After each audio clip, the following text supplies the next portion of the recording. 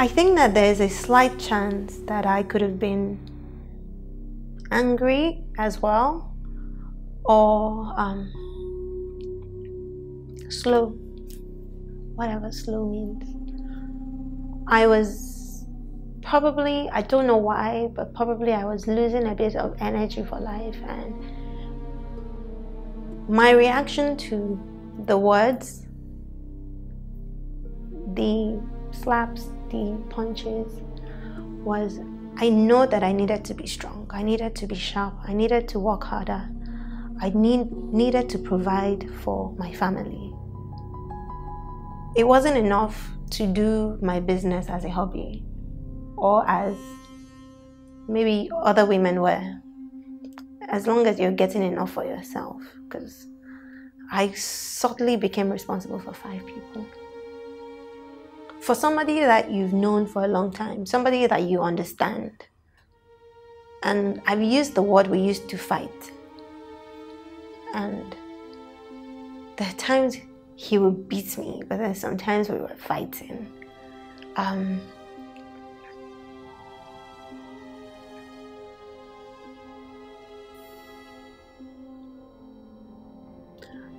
You excuse the things that he's doing because he has a point sometimes.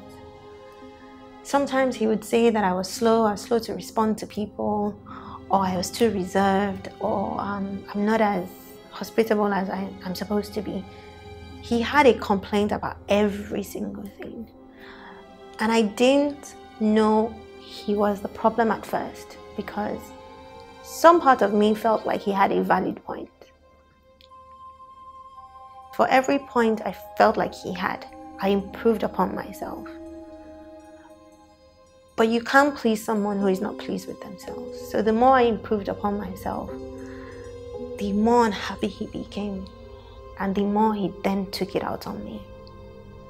And from being woken up in the middle of the night with a knife to my neck, to being locked outside the house, I had a curfew.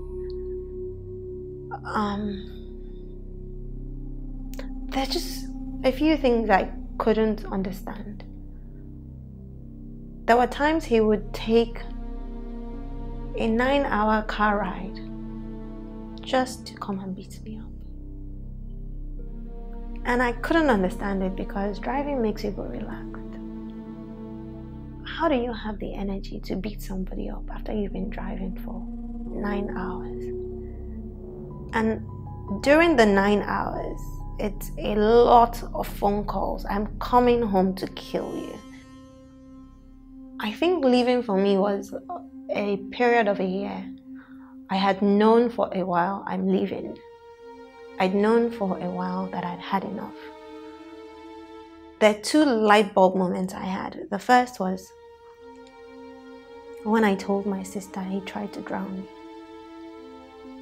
And I remember this fight very clearly, because it was close to midnight. I'm usually very enthused about business. I'm constantly seeking new ways to make money. I'm talking about new ways to make money. I feel like I have a lot of God-given talent. So I think I was going into catering, or I wanted to start the catering business or a restaurant or something. And he was using the toilet. And he said to me, "You're talking too much. I'm going to come and shut you up." And I thought, what are you talking about? Are we not just talking? He said that I'm acting erratic. And I kept hitting the floor, and I'm like, there's nothing erratic about this.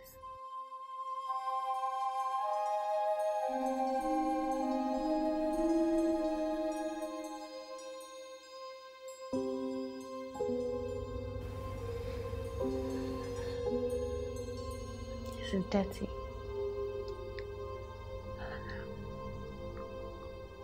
He was using the toilet. All I remember that he came and cleaned himself on me. Spat on me in a drooling way. It wasn't a kind of splash. It was like he had been holding spit in his mouth for at least a minute or 2 and was drooling it all over my face. Before I knew it, I had my hands behind my back and I was being dragged into the bathroom. And he put my head in a bucket of water. And I just kept thinking, I can't fight back, but he's not gonna kill me. He can't kill me.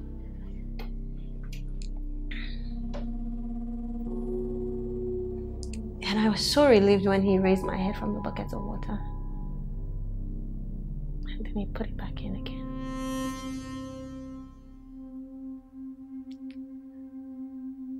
I don't know how many times somebody tries to kill you before you actually understand that they are trying to kill you.